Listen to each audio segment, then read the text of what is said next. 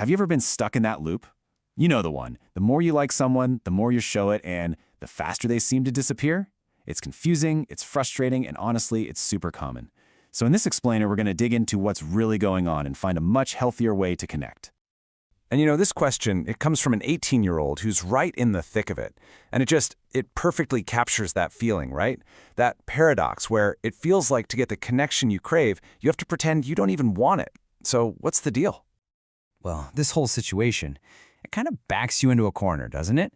It makes you feel like you've only got two moves. You can be yourself, show you're interested, and get labeled clingy, or you can play it cool, act distant, and uncaring, because for some bizarre reason, that seems to get a better reaction. And this right here, this lays out those two paths so clearly. On the one hand, you have the all-in approach. We're talking hours of texting, good morning messages, constant compliments, the whole deal. And it often ends with the other person ghosting. Then there's the other side, acting indifferent, teasing, playing it cool. And that somehow gets the results you wanted in the first place. It forces you into this impossible choice. Are you the clingy one, or are you the asshole? But here's the absolute key to all of this. It's a false choice. You don't have to pick one, because neither path actually works long-term. One leads straight to rejection, and the other one, it just teaches you to shut down your own feelings, to get what you want. Both of them are just recipes for unhealthy relationships. So, how do we get out of this trap? Well, think about it like a mechanic or a doctor. You can't just start throwing solutions at a problem. You have to diagnose it first. Before we can change anything, we've got to pop the hood and understand what's actually driving this pattern in the first place.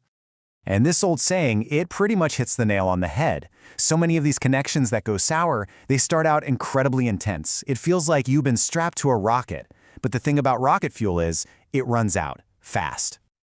And boom, here it is. This chart just perfectly shows that rocket fuel relationship. Look at that first week, 90% interaction. You're texting all day, every day, sharing everything. But that intensity, that's just not sustainable. And so, just as quickly as it shot up, it comes crashing down. And you're left on the ground wondering, what on earth just happened? Now, let's look at the flip side, a healthier connection. See how different this looks? It's a slow burn. Interaction builds gradually, week by week, as you get to know each other, as you build trust. There's no dramatic flameout because the fire was built carefully, piece by piece. So why do we even go for that rocket fuel start? Well, a lot of the time, it's because we're loading that interaction with all these unspoken expectations. We're not just enjoying a fun conversation, we're secretly hoping it's the one. And that subconscious hope makes us pour way too much fuel on the fire way too soon. Okay, let's take a super concrete example. The good morning text. Think about who you usually send that to. Your partner, your spouse, maybe your mom. It's an intimate, established relationship kind of text. So when you send that after just one great chat, you're sending a signal that says, hey, we're at level 10 intimacy when you're really only at level 1. And that mismatch can feel, well, a little weird and overwhelming to the other person. Okay, so we've diagnosed the pattern. We see what it looks like from the outside. But now we need to understand the engine driving it. What is going on inside of us that creates that powerful urge to cling? This is so important to understand. Clinginess is not a personality flaw. It's not who you are. It's a behavior, it's a pattern that kicks in when someone, usually by accident, makes you feel amazing. Maybe for the first time in months, you feel truly heard or funny or not alone. And what happens next? You're not actually clinging to them. You're clinging to that incredible feeling they gave you, and you're desperately trying to get it back. So this, right here, this is the question you have to ask yourself next time you feel that pull. Pause for a second and ask, what am I really getting out of this? Is it the feeling of being wanted? Is it a distraction from feeling lonely? Is it the thrill of finally connecting with someone? Naming that need is the absolute first step toward finding a healthier way to meet it. But this brings us right back to the most confusing piece of the puzzle. If being clingy comes from a real, valid emotional need, then why on earth does pretending you don't care actually seem to work sometimes? It feels completely backward. This slide breaks down that toxic logic perfectly. When you decide to stop caring, what you're actually doing is numbing yourself. You're taking your own high-intensity emotional need and shoving it down. You're artificially lowering your own frequency to match theirs, because they were probably at a much more casual, lower frequency all along. The conversation gets better not because you've magically formed a connection, but because you finally started speaking at their volume. And yeah, maybe this trick works for a minute, But it is so damaging in the long run. It teaches you a terrible lesson, that the way to get connection is to be unfeeling, to be detached, to not care. And if you practice that for long enough, it becomes a habit that will absolutely sabotage your chances at a real, genuine relationship. Okay, so if being clingy is a dead end and being uncaring is a toxic trap, what's left? Well, there is a third option. Let's talk about the healthier path forward. I want you to think about this with a tennis metaphor. It's super helpful. A good, healthy conversation is like a game of tennis.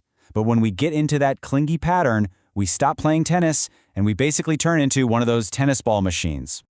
And look at this, it lays it out side by side. Healthy tennis, you hit the ball over the net, that's your text message. And then you wait. You give them the space to hit it back. It's a back and forth. Unhealthy tennis, you're that machine just launching ball after ball after ball over the net without even waiting for a return. The other person doesn't feel like they're playing a fun game. They feel like they're being bombarded.